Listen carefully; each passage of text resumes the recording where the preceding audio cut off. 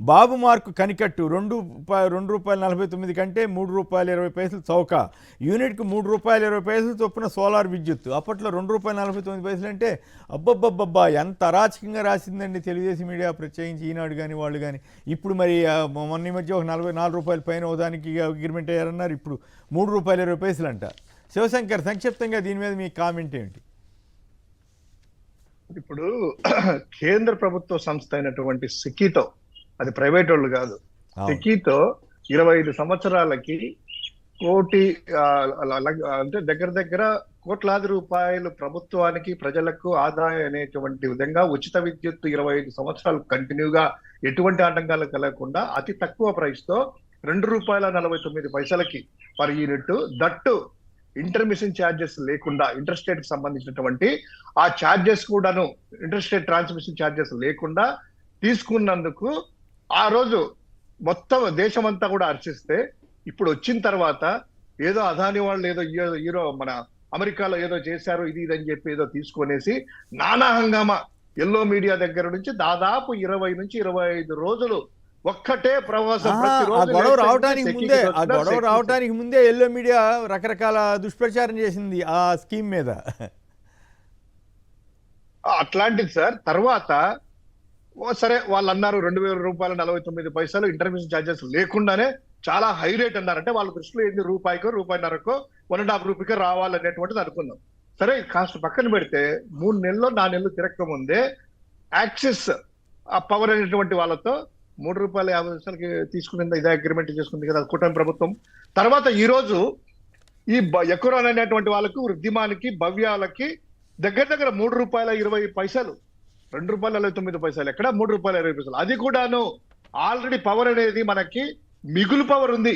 మిగులు పవర్ ఉన్నా కూడాను అవసరం లేకున్నా కూడా వీళ్ళకి ₹3.20 పర్ యూనిట్ కి కొనాల్సినటువంటి అవసరం ఏమొచ్చింది.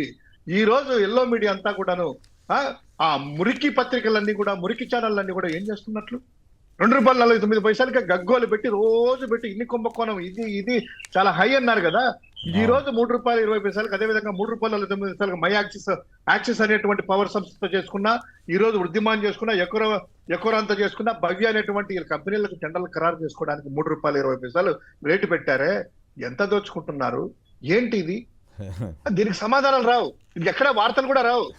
కొమ్మినేని గారు, సాక్షినో, ఇంకా పురుషోత్తం రెడ్డి గారు ఎవరైనా లేకపోతే కనీసం 10 మంది కూడా తెలియదు వాళ్ళు చేసేదంతా కూడాను. రైట్. పురుషోత్తం రెడ్డి గారు, మీరు కూడా మీ సంక్షిప్తంగా దీని మీద కామెంట్ చేస్తే మనం ప్రధాన అంశమైనటువంటి జూనియర్ ఎన్టీఆర్ ఇష్యూలోకి వెళదాం. కొమ్మినేని గారు, ఈ ఒప్పందాలు 2 రకాల నష్టాలు ఉన్నాయి కొమ్మినేని. ఒకటి, సెక్కితో గత ప్రభుత్వం చేసుకున్న ఒప్పందం, గవర్నమెంట్ ఆఫ్ ఇండియాతో చేసుకున్న ఒప్పందం. గవర్నమెంట్ ఆఫ్ ఇండియా సెక్కి వచ్చి ప్రైవేట్ సంస్థలతో ఒప్పందాలు చేసుకుంటారు. వాళ్ళకి రాష్ట్ర ప్రభుత్వం జవాబుదారి సెక్కి. కానీ ఆదాని అయిన మధ్యలో దూరినాడు కాబట్టి సెక్కిలో, అంటే ఒప్పందంలో వచ్చాడు కాబట్టి ఇంకా ఆదానికి జగన్ గారికి అంటగట్టేసి చేసేసినారు. ఇప్పుడు దానికన్నా బెటర్ ఒప్పందాలు చేసుకునేది నిజాయితీ ఉంటే చేసుకోవాలి.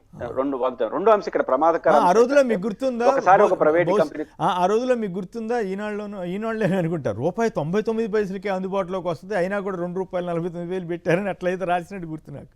If I'm not wrong. ఇప్పుడు రాష్ట్ర ప్రభుత్వం చేసుకుంటున్న ఒప్పందాల్లో రెండో ప్రమాదాన్ని గుర్తించాలి. మొదటి ప్రమాదం శివశంకర్ గారు చెప్పారు. ఆ రోజు సెక్కితో ఇంత ఒప్పందం చేసుకున్నప్పుడు ఈ రోజు ప్రైవేట్ కంపెనీతో ఎందుకు అదనంగా చేసుకుంటున్నారు అనేది ఒకటి.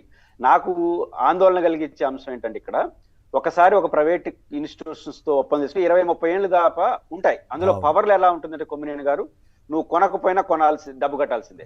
ఎందుకంటే ఇది రిజర్వ్ చేసుకునేది కాదు, ఎందుకంటే పవర్ అనేది ఆవిరైపోతుంది. అంటే వాడు ఉత్పత్తి చేయకపోయినా వాడితో ఎంత అయితే మనం కొనుగోలు చేసుకుని వాడికి ఇవ్వాలి.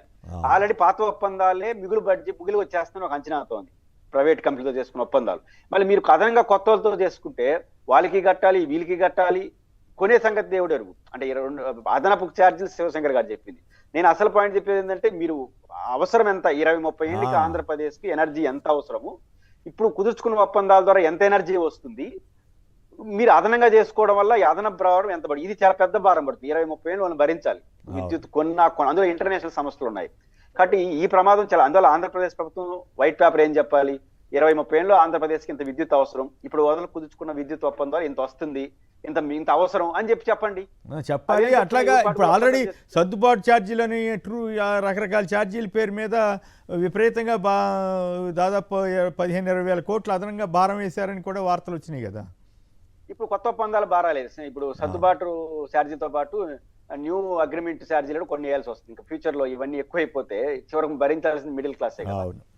అయితే ఇంకొకటి మీకు గుర్తుంది ఈ పవర్ రిఫార్మ్స్ వచ్చిన కొత్తల్లో ఈ ఫిక్స్డ్ ఛార్జెస్ కంపల్సరీగా పే చేయాలి వాళ్ళు మనకి విద్యుత్ సప్లై చేసినా చేయకపోయినా అని.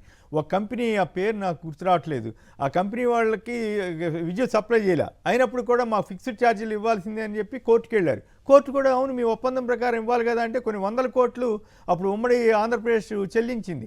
ఐ థింక్ ఇన్ విశాఖపట్నంలో ఎక్కడో ఆ ప్లాంట్ ఆ రోజుల్లో షార్ట్ జెస్టేషన్ ప్రాజెక్టులని రకరకాలుగా పెట్టారు కదా, అట్లాంటి వాటిల్లో ఇట్లాంటి ప్రమాదం కూడా ఉంటుంది. మీరు చెప్పినట్టు లాంగ్ టర్మ్ అగ్రిమెంట్లు అయిన ప్రైవేట్ కంపెనీలతో. మీకు గుర్తుంటే రాజశేఖర్ గారు పాదయాత్ర విజయవాడ వైపు వెళ్తున్నప్పుడు పక్కన లగడపాటి రాజగోపాల్ కూర్చున్నాడు. ఆ రోజు పాపులర్ గా వచ్చింది. దీన్ని రివ్యూ చేస్తాను, ఇంక్లూడింగ్ మా లగడపాటితో సహా రివ్యూ చేస్తానన్నాడు. పెద్ద పాపులర్ గా వార్త గ్యాస్ అప్పుడు గ్యాస్ దొరకక మొత్తం అవన్నీ కూడా మూతపడే పరిస్థితి వచ్చింది కదా.